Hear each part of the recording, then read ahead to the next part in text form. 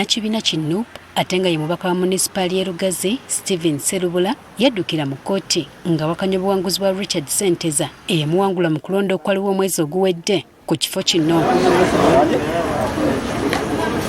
Oluvannyuma lw'okuwulira okwemulugunya kwe mu mawakanyizo ebyalangirirwa, omulamuzi wa kkooti e Lugazi Roselyn Nsenge yalagira okubala obululu kuddibwemu. Kyokka bano kibabuuseeko okusanga obubokisi bw'obululu nga bwataganjulwa era ekiddiridde kubadde kuyimiriza kuddamu kubala bululu. So bwe tutuuse wano ballot boxes ezimu nga bazisazeeko seals, of course ye omulamuzi agamba nti etteeka ligana ne baba nga basala kwemu, we can't proceed with the recount.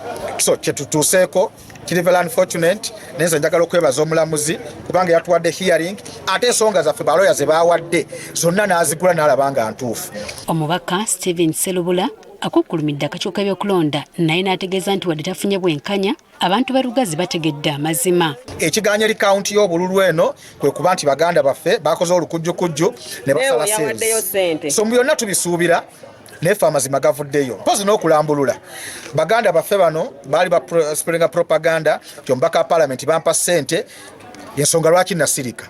Bannalugazi kino kye tukoze ndowooza kitujjako omusango gwonna. Ye munnamateeka wa Richard Ssenteza asiimye okusalawo kw'omulamuzi okugoberera amateeka nga bwe galagira. Omulamuzi ekisookera ddala bwe tubadde tugaa nti n'okujja wano tetwandize, naye n'agaa nti ayagala buli omu agwemu akakunkuna aze wano kulaba koti esobola okubala obululu oba nedda ng'eraba bokisi zikyali sel, naye ne tusanga nti integrity yazo ebokisi endala zibadde nga nzigule. Abawagizi ba Sserubula basigadde banyiikaavu eri akakiiko k'ebyokulonda nga bagamba nti bakikoze kagenderere okumenya obubokisi bw'obululu. Bazitakudde ne ofiisi mwe batereka obululu naye nga batakuddeko, naye nga ffe tuba tuzze wano sikyo tebatuteekako ennene obunafu bwabwe buli sayidi ki banyigiriza ffe oba.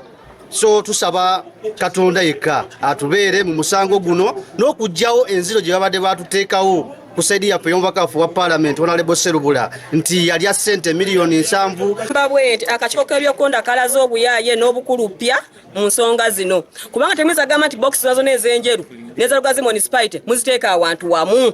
Bandiyawudde tuba tugenda kubala bululu bwa bano bwabemba ba paalamenti ba Lugazi ne bawula bokisi ezo ne zibeera nga ziri awo. N'ekikolwa kye batulaze nti tutuli bamativu ffe nga abawagizi ba Honorable Sserubula. Richard Ssenteza nga ye mubaka omulonde w'ekitundu kino yasuubiza empeereza ennungi eri abantu b'e Lugazi nti era tebajja kwejjusa.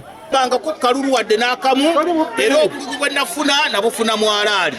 Ngenda kubaweereza nammwe mwejjuse lwaki mwandwisaawo.